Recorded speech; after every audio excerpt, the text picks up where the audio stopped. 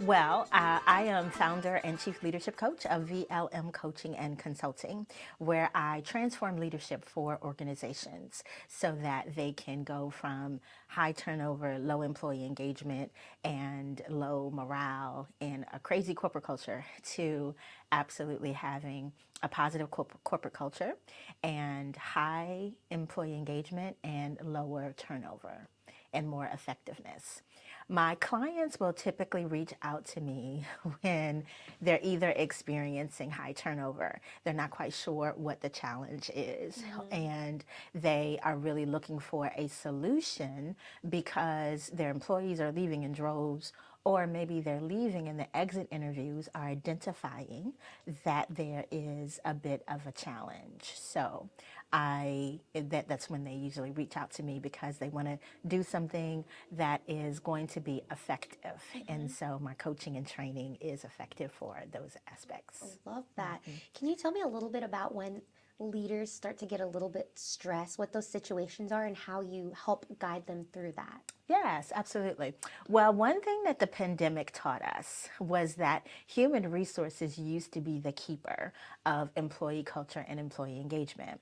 The pandemic dispersed everyone home. So therefore, the managers were the first line for employee engagement and for corporate culture, but they weren't familiar with what to do because it has always been a human resources function. So, managers get a little bit stressed out, flustered by leading teams remotely or hybrid, and they have challenges with employee productivity because there could be a lot of burnout. There could be overwork and they don't know how to handle that, or they handle it in a way that backfires, or they handle it in a way that really is not effective and it ends up turning people off. So therefore, enter in bare minimum Monday and enter in the great resignation and enter in quiet quitting and anything else. And so managers don't really know how to deal with that. And so they reach out. And what I do is I really help them co-create strategies that are authentic to them and also are effective for their team, because no teams are quite the same. So they really need to be in touch with their team members to identify what they need and then to be able to craft a strategy that helps to fill in those gaps and to support that. And so that's how I'm able to support them in that way. Wow, you play a pretty important role then, because I feel like without you, there might be a little bit of things not running so smoothly and like tension, and we don't want that, because when we're going to work, we have to see everybody for a lot of time and days. Yeah. So that must be like a lot of tension fixing. Can you give me an example of one situation, I guess, where it's been a bit complicated and how you came to resolve it? Whether it's maybe an example like giving feedback that may be a little bit hard to hear. How can we, for anybody listening, I guess, what tips as well could you give to somebody when we just want to do constructive criticism and we're not attacking you? Right. Well, interestingly enough, I had one leader that was wanting to be liked, so therefore wasn't providing constructive feedback because he thought they're not going to like me if I tell them, things that they need to improve upon. And I asked him the question of what is more important, to be respected or to be liked? And he said, how about both? I feel like I would say that. And I was like, okay, well, let's work with that. So the way to be respected is to actually tell people where they stand, let them know where the gap is, and then help them to fill that gap. And then the way to be liked is to always be compassionate, to respect their self-esteem, to help salvage their self-esteem. So you're telling them in a way that is respectful, that is appreciative of their feelings, and also is constructive.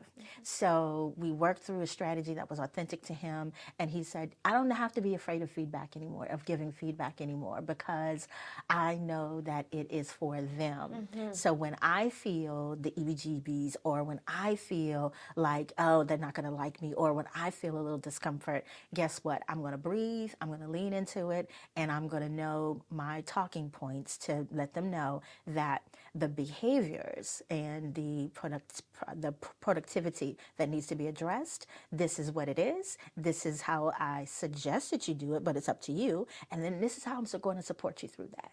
And so if I lean into the fact that it's for them, then I don't have to worry about being uncomfortable.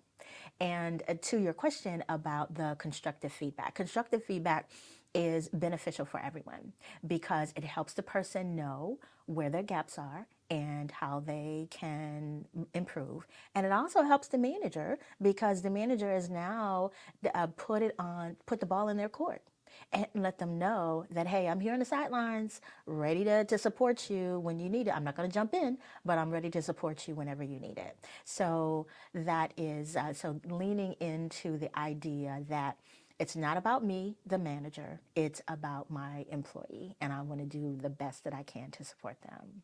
Wow, that's really good, man. You know your stuff, don't you? I saw that you have like 28 plus years background in human resources. Yes. Tell me your story. Like, how did you start that job and come to this position now where you are, where you have your own business coaching? Okay. Well, when I was in college and trying to figure out what I was going to do, I knew that I am not mathematically inclined, nor am I scientifically inclined. So I'm inclined to work with people. And at the time, my sister was a director of human resources, and she worked in a union environment. And my father was a division chief in the DC government. So I would hear stories about his team and how they don't come to work and how they do things incorrectly and improperly and how he has to discipline them and talk to them, and how he was that leader that was like, we all make mistakes. Let's fix it and let's get it right so we don't end up here again. My sister, on the other hand, was the intermediary in a lot of employee relations challenges. So I was like, this is fantastic because this is what I'm suited to do, solve problems with and through people. And so upon graduating from college, my first position was in IT. So remember, I told you I'm not scientifically inclined. So I went through a training program and got in the job, and I was supposed to create a front-end system for insurance agents when they're in their office. I coded and coded and coded, ran the program, nothing showed up on the screen. So I was like, okay, they're going to fire me. So I am going to head it off at the pass. And so I ended up transitioning into my first HR position, which was in HRIS. And then I wanted to go back to the Washington, D.C. area, but didn't quite make it, overshot it a little bit, ended up in Richmond and worked for large companies there doing IT recruiting. And then I really wanted to come back to the DC area, so I was able to land my first people manager position, and it was an awesome experience. And since then, I just continued to work in larger organizations doing employee relations and the employee investigations, and lots of training with the managers and working with the managers and doing some coaching. And then that just catapulted my career from there. And in 2015, I found out about coaching. Now, granted, coaching was going on all around me, but I didn't realize it. And I was even dabbling in it, but didn't really know exactly what it was. So after I took that coaching course, before that, I had been asking, like, what is my purpose and why am I here and what am I here to do? And day 2 is a 3-day course in person. Day 2, about 3 o'clock. I don't know what the instructor was saying because what I heard was, this is your purpose. And ever since then, I've just been like really ignited. And so after I finished the program, it was about maybe 5 months later, I started my LLC. Okay. And then I intended to work part-time in the business, full-time still for organizations. And then I said, okay, well, I can have much greater impact if I am actually serving multiple organizations at one time. So to that end, life happened and one of my positions actually released me. So I was like, okay, well, I've got the LLC started. I'll go ahead and work that full time. Unfortunately, I wasn't ready. My mindset just was all over the place, kind of on a spiral from that trauma of being terminated. So, long story short, it took me about 8 months.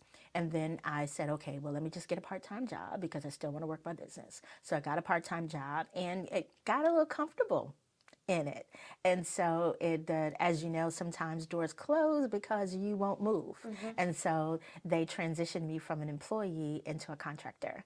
And then it was all systems go from that point because I was like, okay, well, this can't be my only contract. So I was able to secure other contracts. And then, and so I've been full-time in my business now since July of 2021. Congratulations. Yeah. So That is awesome. I feel from hearing your story that maybe your father and your sister may have played like a key influence growing up in that environment, hearing those stories, and then your sister as well being the intermediate. I feel like that totally help you align your passions with what you're doing now today, right? Absolutely. So I find that sometimes it's hard to find out what we want to do in life, but you kind of had like that foreshadowing around you throughout your life. I did. Until you got to your business. I did. And, in human resources, as in any position, there are things that you love and there are things that are like, do I have to do this? So for me, there were key pieces of HR that I was like, do I have to do this? So I gravitated towards the development. So the development of people, the coaching, the training, the employee relations aspects, the investigations for, that unfortunately that come up. And so that's really where I had the guidepost from my father and my sister, and then it led me to the nexus of what I'm good at and what gives me light and lights my fire. I love that for you. Yeah, thank you. Can you tell me about marketing, like for your business, for you? How are you on social media? What about on your website, anywhere? Like, how are you getting your clients? Okay. So, interestingly enough, I don't think my clients come from social media. I would love that to change, though. So, my handle on Instagram, Facebook, and X, I guess it's called, and also on YouTube is at VLM Coaching. Okay. And I'm on LinkedIn as well. So I have my personal profile, Veronica Matthews, and then I have a VLM coaching profile as well. And I'm in the video mode now. Okay. So I'm doing videos. I'm making, kind of off of TikTok trends. I'm kind of following them a little bit. I'm doing informational, answering questions. I'm doing things of that nature.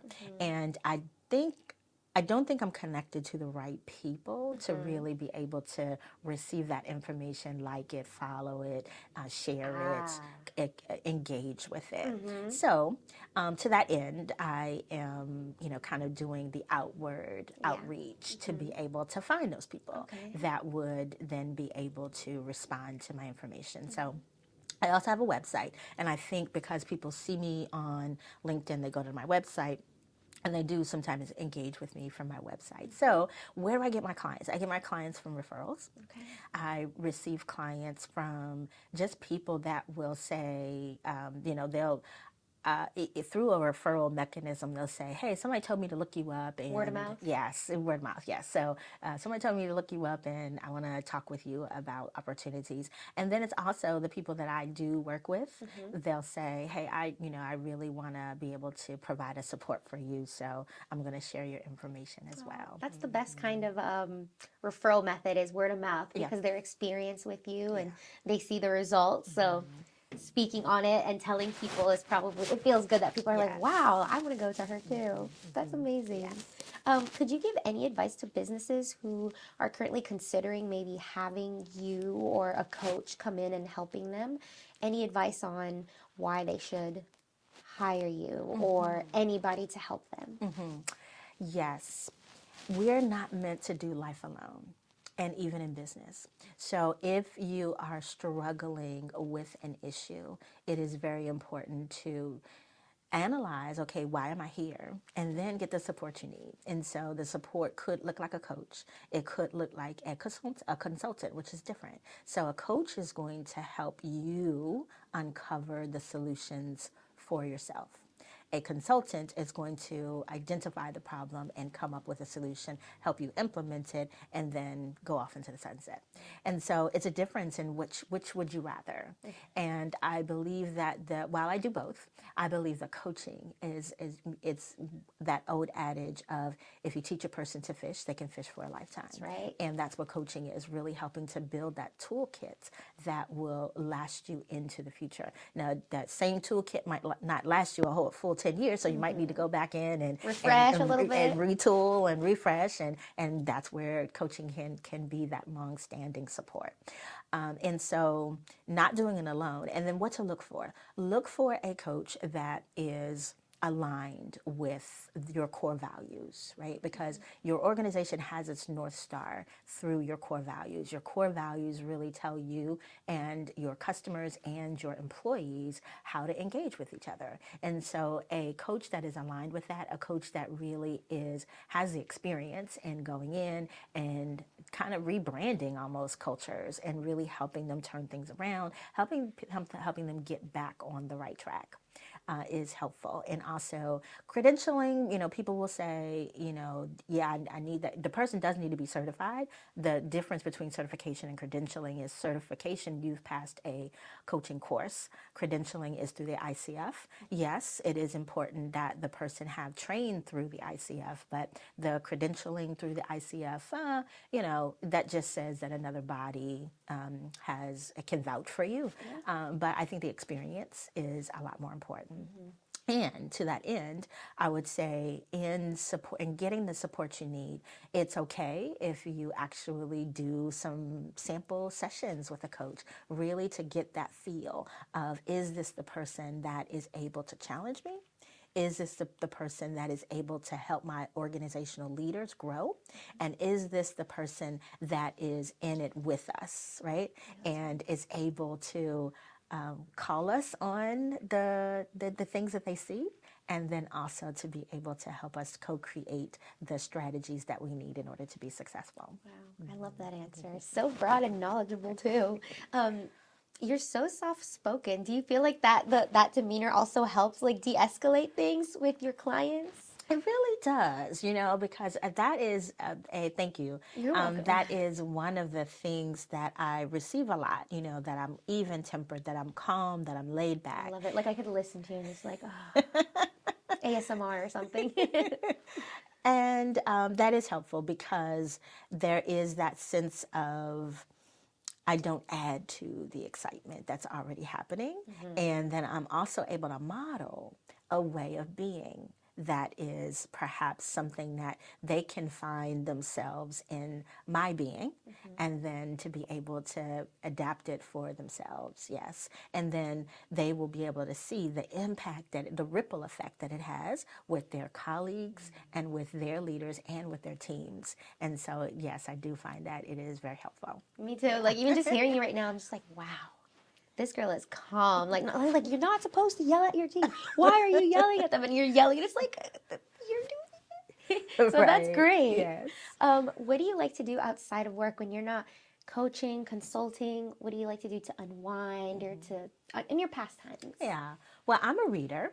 And I think that every leader, the best leaders are learners. So I'm a reader. I do listen to books a lot. And I relax with music. So I love music. I love live music. I love festivals. I love traveling. I really want to get some more stamps in my passport, and even domestic travel. I just really enjoy that aspect of going to a different place, really kind of identifying what it is that appeals to me and finding it there. And then if I can't find it, then to see what it is that I can get into. So yeah, I like traveling and reading and What kind of music do you spending listen time. to? A lot of jazz. Okay. The jazz Jazzy and girl. jazz and also just general rhythm and blues and yeah. Love that. And where do you wish to travel? Like, give me 3 destinations that are on your bucket Oh list. wow. Okay, so on my bucket list are so South America in I would say Costa Rica in particular, and then Europe would be Great Britain in London. Okay. And then not quite on the Asian aspect just yet. Yeah. So I would say Turks and Caicos. Okay. Those are nice locations. I hope you fulfill your bucket list and Yes. get to relax over there on some beaches or something. Yes. Do you feel that taking time off sometimes from a situation could help? Or is that like not something that you would recommend to Yeah. your clients? So it would depend on the taking off, right? Yes. So taking off could look like running away. And so we want to make sure that in the analysis of our taking off, that it is not the avoidance. So as long as we know that it's not avoidance, then yes, taking off can give some space and some headspace and some opportunity to really look at it from a different view.